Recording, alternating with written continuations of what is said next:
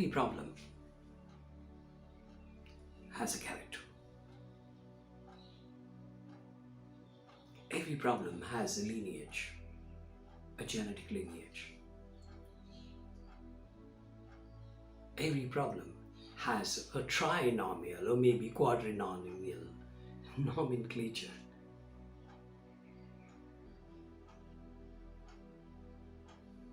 Binomial, I mean, I have my name and my family name. Trinomial, I have my name, my father's name, and my family name. And quadrinomial, maybe, add the dimension. Some people write names of their towns also.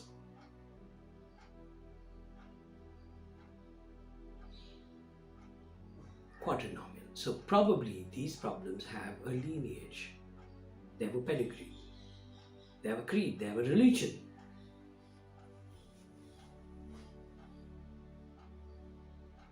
Don't they follow you religiously?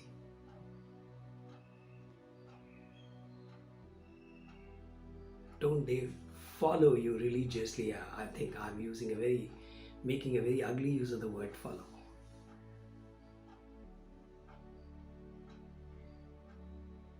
Sometimes problems help you take humor in your stride much more easily.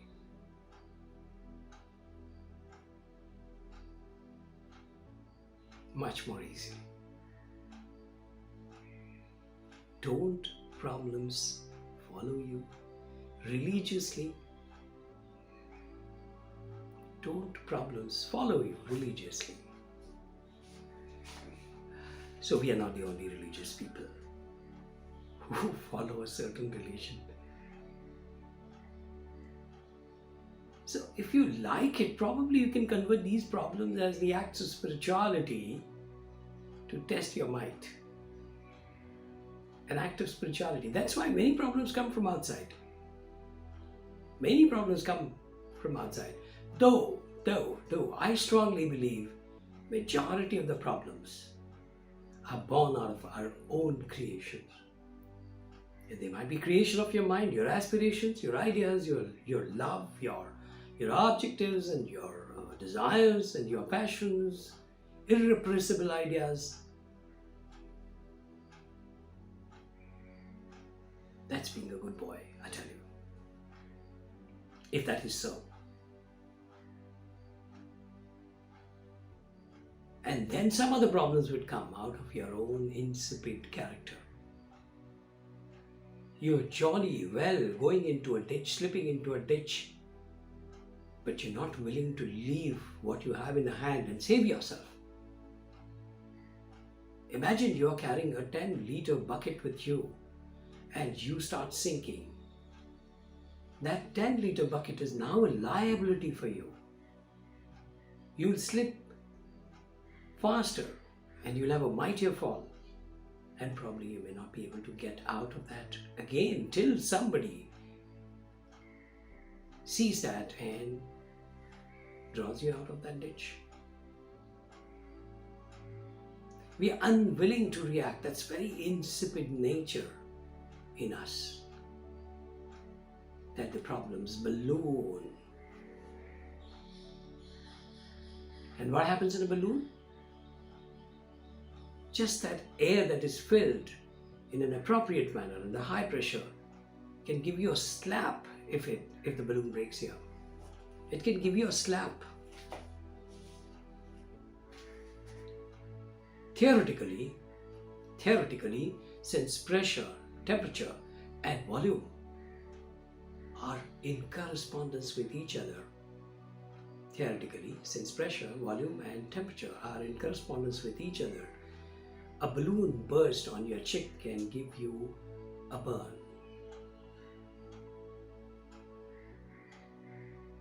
The problem can balloon and it can start sticking you. It can start hammering you. It can start biting you. When there is explosion. See, it's your insipid character. Hey boys, where are you? It's 8 o'clock, please get up from the bed. It's your insipid character that can create, that can invite problems, that can invite more and more problems. You wake up at 12 o'clock, you sleep at 4 a.m., you're reversing the nature cycle. You're not reborn as a human being. Next time tell God, look, this is the cycle of sleep that I want to follow. So God will probably give you another body. Another stomach, another heart, another brain, another length of, quite another length of the arms and the feet. And probably a very different kind of bed. And different kind of parents who don't bother you.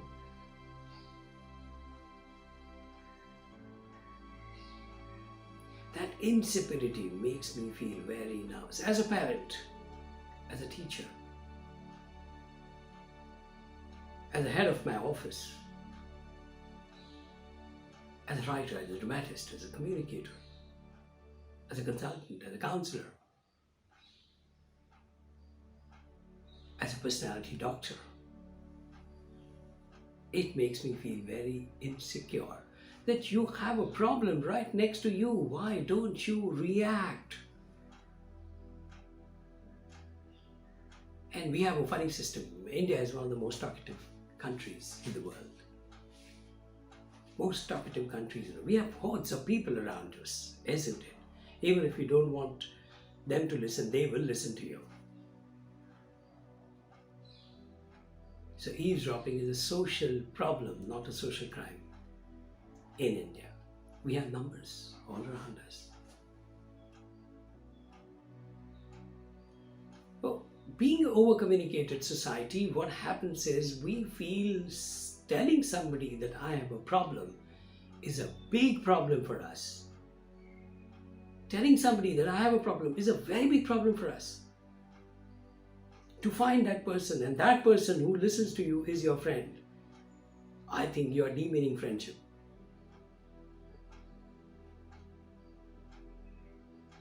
That's a very, very small, window of friendship.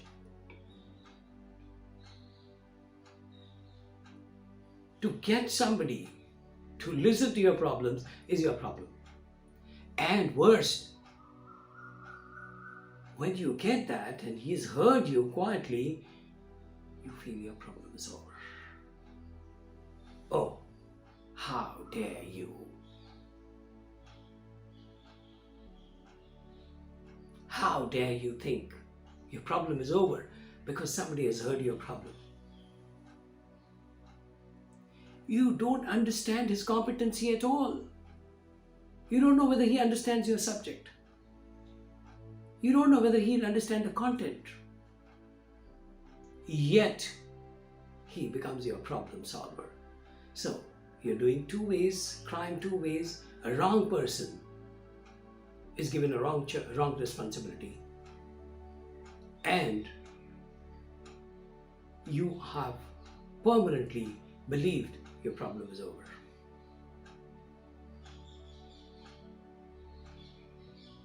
It's your insipid character. It alarms me. It draws me out of bed in the middle of the night to think people have merrily forgotten their problem.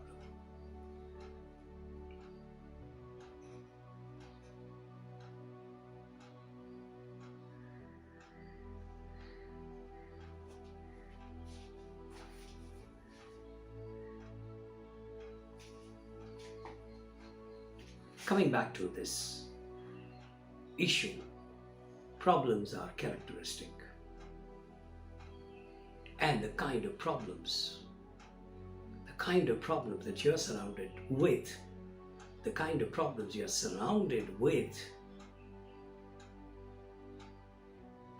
characterize you.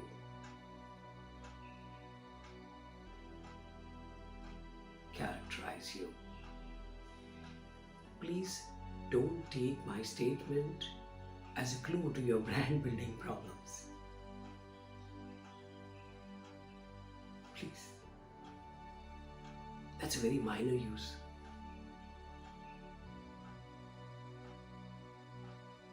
That's a very minor use. It's not in addition to your brand making strategies. The problems that surround you characterize you. But rather than putting it into your brand making diary, I would look at you using it as a new head to carry through life. A head that carries new set of problems or distinguished set of problems.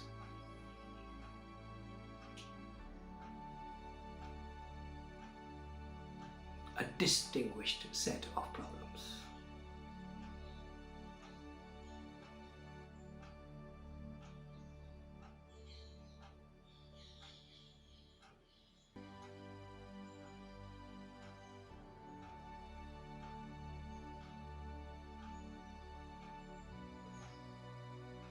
Now, having achieved that distinction,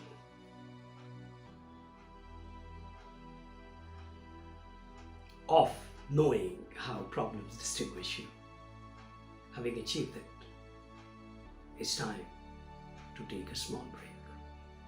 So, ladies and gentlemen, with your kind permission, I sign off for this episode with a message.